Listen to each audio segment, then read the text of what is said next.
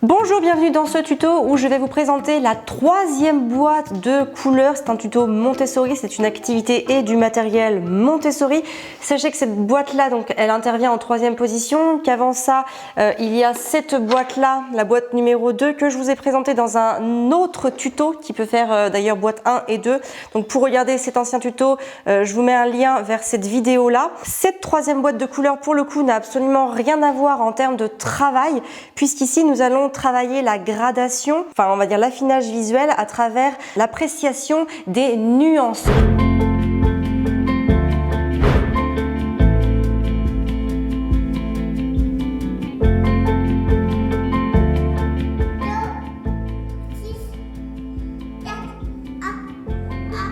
C'est un matériel qui va se présenter plus tard à l'enfant que les deux premières boîtes. En général, on va commencer à le présenter à l'enfant autour de 4 ans et demi, 5 ans, quand il a vraiment eu l'occasion de manipuler et de comprendre le fonctionnement des deux premières boîtes. Ici, on arrive avec 9 gradations de couleurs. On va commencer à les présenter à l'enfant une par une. Donc par exemple, au hasard, je prends le rose. Donc en fait ce qui se passe c'est qu'on sort les plaquettes et on les dispose de manière aléatoire sur le plan de travail, le tapis ou la table. Voilà, vous pouvez travailler où vous voulez, sur une petite table ou sur un tapis. Voilà, c'est comme vous voulez. On va commencer par prendre la nuance la plus foncée. Mais on va la mettre à gauche, sur notre gauche à nous. L'enfant en général, lui, est à notre droite. Donc imaginez que là, il y a un petit enfant à côté de moi. Donc voilà, on prend la nuance la plus foncée et en fait on fait de même avec chaque couleur, avec chaque nuance. Donc à chaque fois, on va prendre les plus foncées. Je vous assure que c'est pas toujours facile, hein. Même pour un adulte, des fois, on se rend compte que on cherche, on fait attends, là c'est laquelle là? C'est celle-là ou c'est celle-là? Voilà, donc en fait, on va pouvoir faire la nuance et donc on va pouvoir faire observer à l'enfant. Vous les mettez comme vous voulez. Bon, j'avoue que comme ça c'est plus...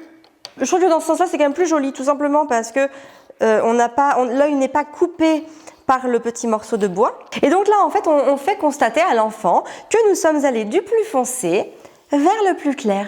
Et on le fait observer.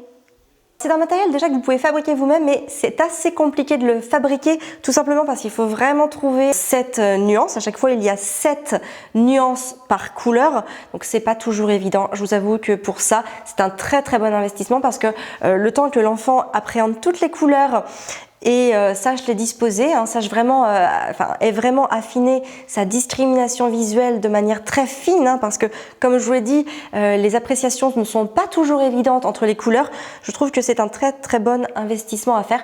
Mon matériel vient de chez Tangram Montessori pour celles qui veulent le savoir. Voilà. Donc en fait, on va pouvoir faire ça avec toutes. Alors, on va les proposer une par une à l'enfant.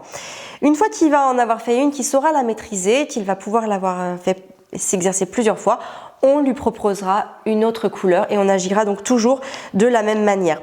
Quand l'enfant sait toutes les couleurs, arrive à réaliser les gradations de toutes les couleurs, alors on peut s'amuser pour le coup, parce que ça reste quand même un jeu. Enfin bon, je dis pas qu'on s'amuse pas avant.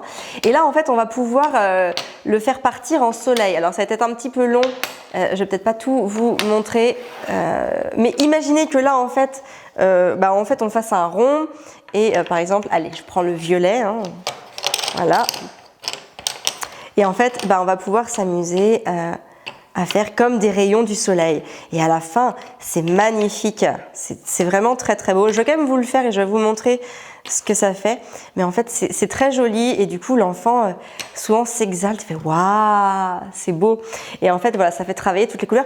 Il faut du temps pour faire toute la boîte. Il faut aussi savoir que cette boîte, c'est un très très bon exercice d'attention, de concentration et d'implication de la part de l'enfant. Donc évidemment, au-delà d'affiner sa discrimination visuelle, l'enfant va vraiment aussi venir travailler sa concentration, son implication, grâce notamment à la répétition. La répétition, on prend chaque couleur, on fait le nuancier, on s'implique. En général, si l'enfant en a marre, il peut s'arrêter à tout moment. On ne va pas lui mettre un objectif, attention. À partir du moment où il en a marre, comme d'habitude dans une activité Montessori, on le fait ranger, ou on range avec lui en tout cas, mais bon là il commence à être un peu plus grand, vu qu'il a 4 ans et demi, 5 ans. on reste quand même avec lui. On s'en va pas faire la cuisine ou ranger du linge ou quoi que ce soit. On reste quand même avec lui jusqu'à temps que la boîte soit posée à l'étagère, même si c'est long et même s'il faut le faire nous-mêmes. On est quand même face à des petits enfants, des petits êtres en construction et en plein développement. Donc c'est ok s'il veut pas ranger la boîte, il la range pas. C'est ok, mais il reste avec nous. Il participe autant que possible dans la joie et la bonne humeur. C'est pour ça qu'on ne force pas l'enfant et on lui dit pas non, mais si tu ranges pas, tu joueras plus jamais à ça ou tu n'auras pas de dessert ou quoi que ce soit. Ça sert à rien. C'est aucun rapport avec l'activité en elle-même. Donc l'enfant comprendrait même pas d'ailleurs. Et donc par exemple, si votre enfant résiste, il dit non, mais c'est trop long à ranger, je veux pas moi. Ok. Tiens, tu me donnes les roses et il va juste nous les donner dans la main, on le fait nous-mêmes. L'idée, c'est vraiment de le faire participer. Si vraiment il bloque, c'est ok, c'est pas grave. Il reste avec nous, fait ok, je range, tu me regardes et on range nous-mêmes. Et après, on lui dit, tu viens, tu vas ranger la boîte sur l'étagère. Et s'il veut toujours pas, alors on lui dit, bah viens avec moi, je vais la ranger, puis tu vas me montrer où c'est parce que je crois que je me rappelle plus tout à fait. Et puis en même temps, c'est possible, des fois on a des trous. Et puis si l'enfant sait pas, eh ben on lui dit, bah viens, moi je crois que je sais, on va trouver une place, on va la ranger à sa place.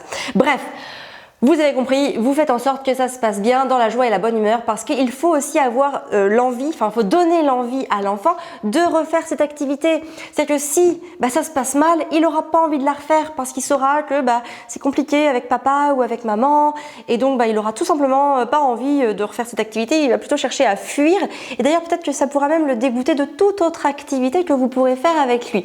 Donc c'est très important de préserver l'énergie positive, la constructivité de la relation plutôt que de devoir l'obliger à ranger. Si vous rangez de manière générale dans votre maison, si vous-même vous rangez vos affaires, si vous êtes ordonné, si il y a un cadre de vie qui est vraiment, on va dire, constant, alors soyez rassurés, lâchez prise. Votre enfant finira par ranger ses affaires de manière naturelle parce que ça sera important pour lui et non pour vous. Rappelez-vous toujours, vous ne faites pas les choses votre enfant ne fait pas les choses pour vous faire plaisir ou quoi que ce soit. Il les fait pour lui. Et c'est ça le véritable message à lui faire passer. Et je trouve que les activités Montessori sont un très bel exercice de faire par et pour nous-mêmes. Ou par et pour eux-mêmes en ce qui concerne les enfants. Voilà, si vous voulez avoir des idées d'activités pour vos enfants en fonction de leur stade de développement, sachez que j'ai créé tout simplement des listes d'activités. Pour les télécharger, c'est très simple. Vous cliquez dans le lien qui se trouve dans la description, vous rentrez votre prénom, votre adresse mail et l'âge de votre ou de vos enfants et vous recevrez instantanément des listes d'activités en fonction du stade de développement de votre enfant.